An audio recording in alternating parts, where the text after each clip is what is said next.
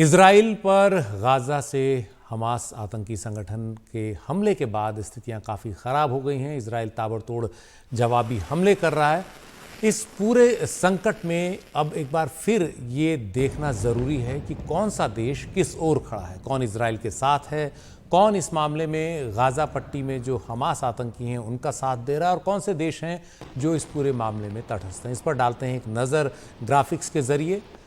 अगर हम सबसे पहले भारत की बात करें तो भारत इस पूरे संकट में लगातार इजराइल के साथ है। भारत ने आतंकी हमले की निंदा की है और इजराइल के साथ बीते कुछ दशक में भारत के जो सुरक्षा संबंध हैं, राजनयिक संबंध हैं, वो काफ़ी मजबूत हुए हैं। तो इस हमले के तुरंत बाद भारत इजराइल के साथ खड़ा हो गया है।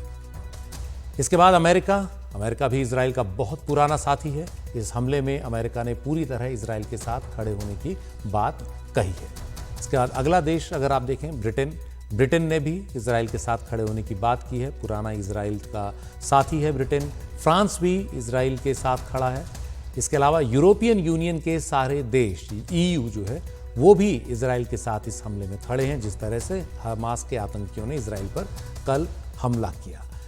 रूस की अगर हम बात करें, यूक्रेन की हम बात करें तो ये भी इजराइल के साथ ही खड़े रहे हैं अभी तक के जो पूरा दौर है उसमें। तो इजराइल को दुनिया के काफ़ी देशों का, बड़े देशों का समर्थन हासिल है।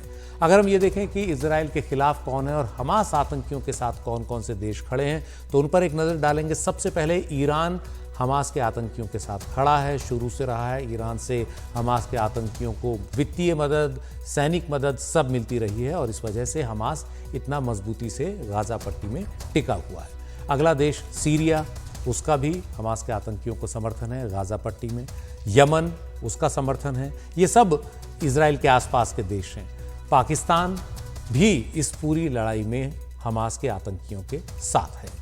अफगानिस्तान की बात करें, वो भी हमास के आतंकियों के साथ है। कतर की वही स्थिति है और लेबनान की वही स्थिति है। ये सभी देश जो इजराइल के आसपास के, अगर पाकिस्तान और अफगानिस्तान को छोड़ दें तो बाकी सब मिडिल ईस्ट के, गल्फ कंट्रीज़ के हैं, जिसको हम दक्षिण एशिया बोलते हैं भारत के लिहाज से।